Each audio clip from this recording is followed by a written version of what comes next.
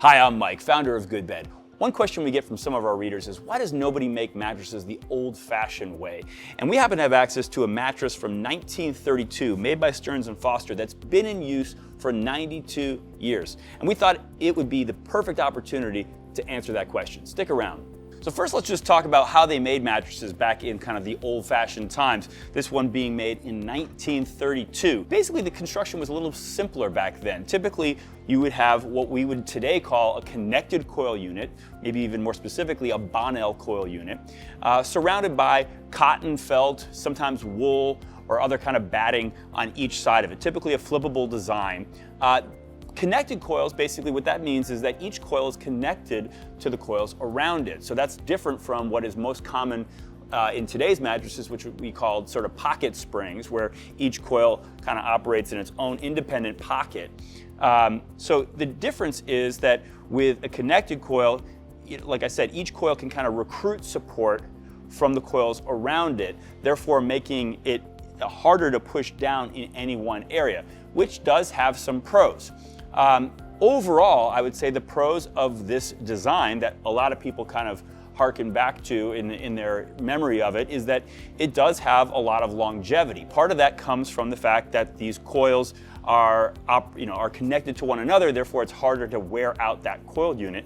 And the other part of it comes from the fact that there's really, two things. Number one is that there's relatively little padding layers to begin with. Those padding layers would tend to compress and even form body impressions if there were enough of them and if they were given the opportunity to do so. However, there doesn't tend to be enough of them in these old designs, and because of the flippability, whatever amount of body impressions there might be get evened out every time you kind of flip the mattress over and you have the entire weight of the mattress with that side on the bottom. So that's kind of what people think of. They think of the durability, the longevity, but another benefit really does relate to the support characteristics that I just described of those coils, which is that because they can recruit support from the coils around them, it does prevent your heaviest parts from sinking too far into the mattress.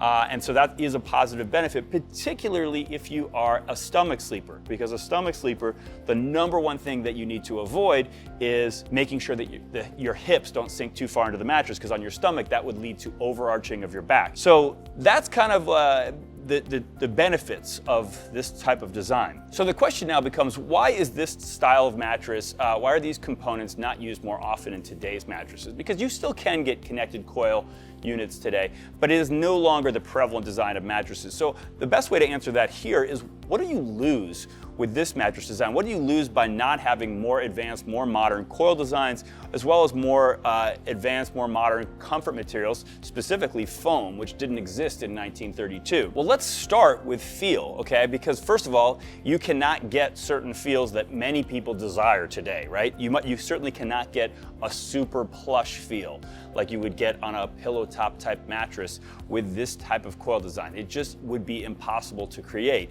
Secondly, you can't get memory feel. A lot of people love that slow melting memory feel of kind of gently melting into your mattress. You can't really get that sort of hugged or cradled sensation on a mattress. Again, that's a preference characteristic, but some people prefer the idea of sleeping in their mattress and that feeling of being hugged or cradled by their mattress.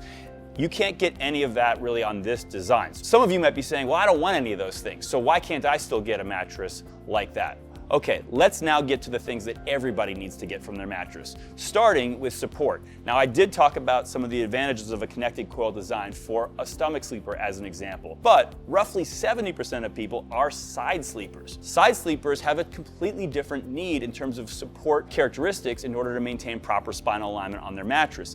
They need a mattress that can conform to their curves in order to keep their spine in that straight shape while they're lying on their side. This mattress is actually going to be very ineffective at doing that. And the reason is because of the exact thing that makes it good for stomach sleepers.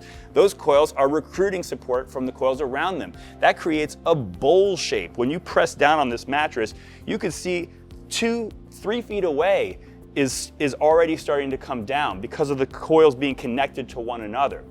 That makes it very poor at being able to accommodate curvy parts of your body, particularly your shoulders. Think about that, how pointed this part of your body is. An independent coil system where the coils can move up and down independently is much more effective for that. Not to mention foam layers, which can really conform much more closely to your curves. So you are not going to get nearly the kind of spinal alignment you need as a side sleeper on this style of mattress. And I don't know what portion of people slept on their sides back in 1932, but today it's a high percentage. It's most people. And another thing that side sleepers in particular require from their mattress is pressure relief. You can think about if you've ever woken up on a mattress with shoulder pain or hip pain, or even like maybe your arm or your leg have kind of fallen asleep during the night, you've lost some circulation. That is as a result of inadequate pressure relief, which is another problem you're likely to encounter on this style of mattress. So modern mattresses that are made with these more advanced materials are excellent at pressure relief. They can really not only conform to your curves, but relieve the pressure by basically forming a very tight conformance around those body parts, giving your body maximum points of contact with the mattress, which allows any given one tiny sliver of your body more opportunity to spread the weight around the mattress and not have any one point be absorbing a disproportionate share of your weight. So that's another reason why this style of mattress is not going to be very appealing to most sleepers today. So now we've talked about some shortcomings in the areas of comfort and feel, where this type of mattress can't deliver the types of feels that people prefer.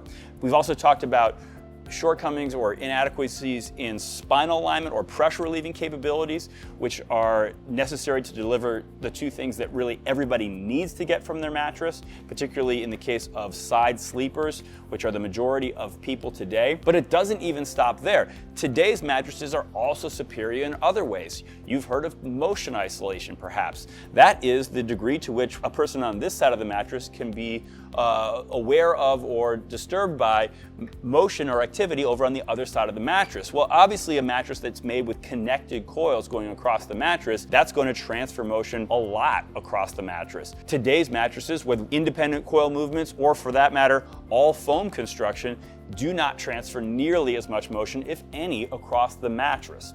Another thing that is important to a lot of people is edge support. You could see me sitting on the edge of this mattress and I'm kind of just sinking all the way down. That's because mattresses with this type of coil design don't have a mechanism for creating a nice, firm, strong edge. Today's mattresses have several techniques that they use in order to accomplish that.